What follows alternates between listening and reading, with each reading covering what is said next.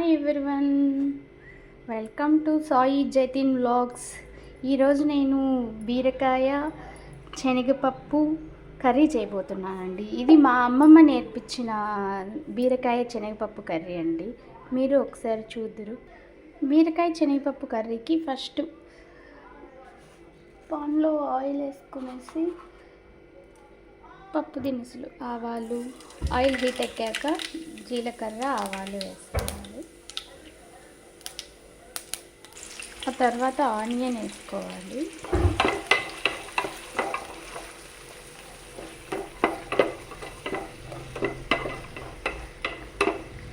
Onion brown colour వచ్చే వరకు light brown colour వచ్చే వరకు వేయించుకోవాలి.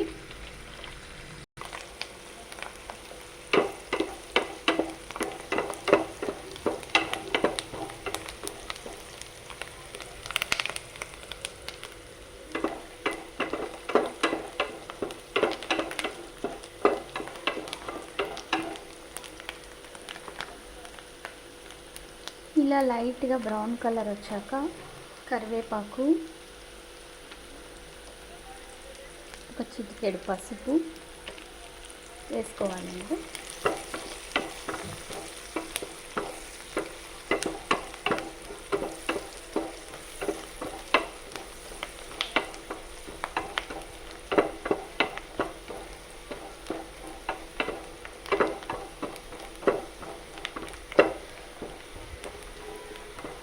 ఇందులో మనం నేనైతే హాఫ్ కేజీ బీరకాయలు తీసుకున్నానండి. హాఫ్ కేజీ బీరకాయలకి చెక్కు తీసి ఇలా కట్ చేసుకున్నాను. అవి కూడా ఇందులో వేసేస్తున్నాను.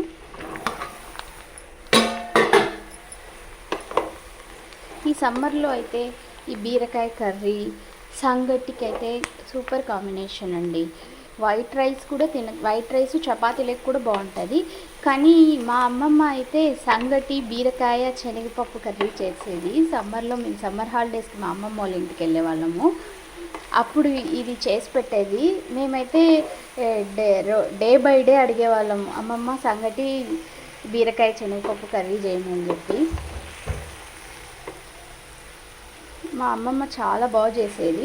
అదే నేను కూడా మా అమ్మమ్మ దగ్గర నుంచి చూసి నేర్చుకున్నాను బీరకాయ శనగపప్పు కర్రీ. చాలా చాలా టేస్టీగా ఉంటుందండి. నోట్లో వేసుకుంటే ఎట్టే కరిగిపోతుంది బీరకాయ శనగపప్పు కర్రీ. ఈ ఆయిల్లోనే ఇవి బాగా వేగిపోయాక టమోటా వేసుకోవాలండి. ఇంకా వేగాలి.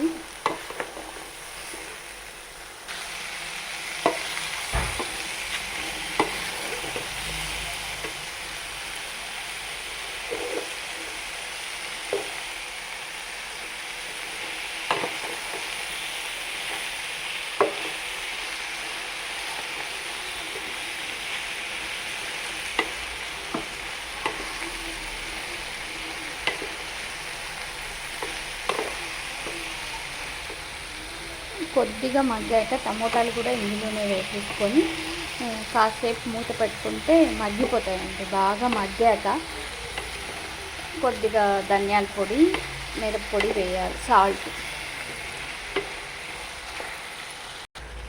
ఇందులోనే టమోటా కూడా వేసేసుకొని కాసేపు మగ్గబెట్టాలండి.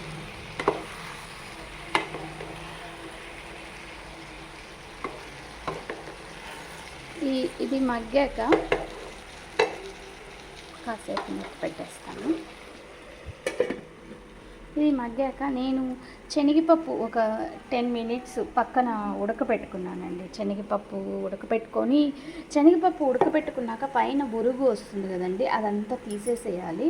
ఎందుకంటే అది కర్రీలో వేసుకున్నామనుకో ఆ వాటర్ వంపుకోవచ్చు, కానీ ఆ బురుగు అంతా తీసేసి పక్కన పడేసేయాలి. ఎందుకంటే అది చేదు వస్తుందండి. అది కూరకు టేస్ట్ కూడా, మన కర్రీ టేస్ట్ కూడా అంత అనిపించదు అది వేసుకుంటే నురగా. అదంతా తీసేసి నేను ఇట్లా పక్కకు వంపుకున్నానండి శనగబ్యాళ్ళు. ఇలా మగ్గుతూ ఉంది బీరకాయ. ఇంకా కాసేపు మగ్గనిద్దామండి. ఒక 5 మినిట్స్ మగ్గనిద్దాం.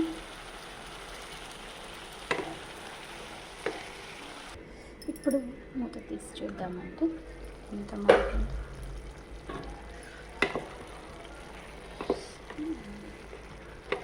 ఇలా మగ్గాక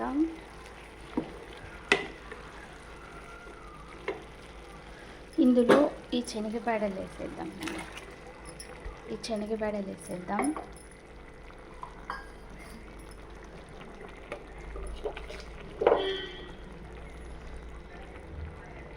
హాఫ్ టీ స్పూన్ మిరప్పొడి వేద్దామండి.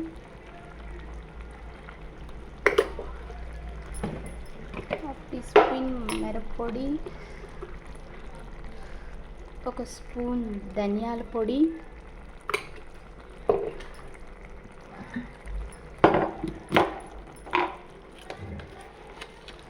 రుచికి సరిపడా సాల్ట్.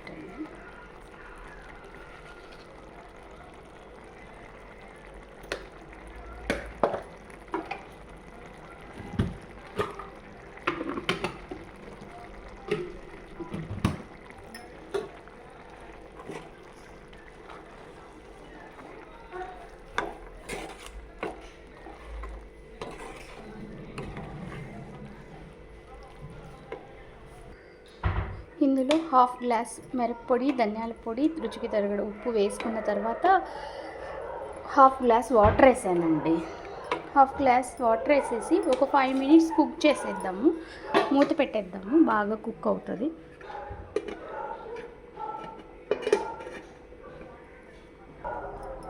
ఒకసారి తీసి చూద్దామండి ఎంతవరకు ఉడికింది.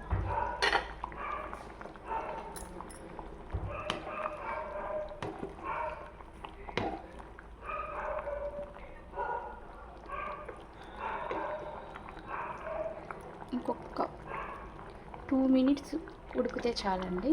ఉడికాక ఈ కర్రీలో నేను ఇది ఉడుకుతున్నప్పుడు ఒక 3 స్పూన్ల శనగగింజలు, కొంచెం కొద్దిగా పచ్చి కొబ్బరి అండి. పచ్చి కొబ్బరి శనగగింజలు వేయించేసి పేస్ట్ చేశానండి. ఇది లాస్ట్లో వేస్తేనా పచ్చి కొబ్బరి నేను పేస్ట్ చేసుకున్నానండి. ఇది ఇందులో కలిపితే లాస్ట్లో కర్రీ ఉడికాక కలుపుకుంటే కర్రీ చిక్కదనం వస్తుందండి. చిక్కదనం వస్తుంది. పచ్చి కొబ్బరి బాగా టేస్ట్గా ఉంటుంది. పచ్చి కొబ్బరి శనగగింజలు అండి. శనగగింజలు వేపుకొనేసి పొడి కొట్టేసానండి. దానికి పొట్టు తీసేసి ఒక 3 స్పూన్లు అండి, ఎక్కువ లేదు. పచ్చి కొబ్బరి కొద్దిగా వేసి ఇలా పేస్ట్ చేసేసుకున్నాను నేను. పేస్ట్ చేసుకునింది ఇది ఇందులో మిక్స్ చేసేస్తానండి. ఇందులో వేసేస్తే ఈ కర్రీ చిక్కదనం వస్తుందండి.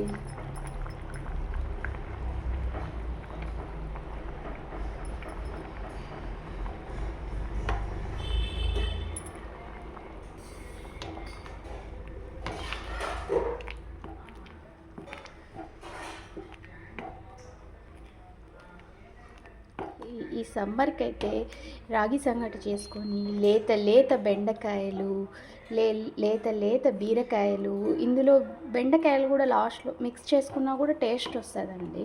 నేను అది చేయలేదు, ఓన్లీ బీరకాయ శనగపప్పు కర్రీ చేస్తున్నానండి.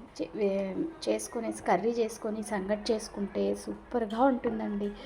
వైట్ రైస్ చపాతీలకు కూడా బాగుంటుంది. నైట్ చపాతీ ఈ బీరకాయ కర్రీ కూడా బాగుంటుందండి.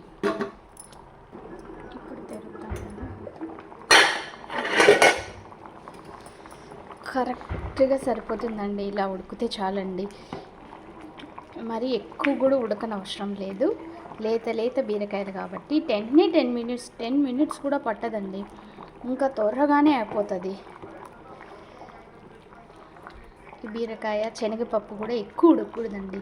ఈ మనం సంగట్లకి ఇది అద్దుకొని నోట్లో పెట్టుకున్నామనుకో ఇట్లే కరిగిపోతుందండి. లేత బీరకాయ శనగపప్పు ఇవన్నీ మనకు పలుకులు తగులుతూ ఉంటే చాలా టేస్టీగా ఉంటుందండి. ఇది నాకు మా అమ్మమ్మ నేర్పించిందండి. మా అమ్మమ్మ చాలా బాగా వంటలు చేసేది. లాస్ట్లో కొత్తిమీర తరుగు వేసుకుంటే ఫినిష్. అంతే అండి, బీరకాయ శనగపప్పు కర్రీ రెడీ.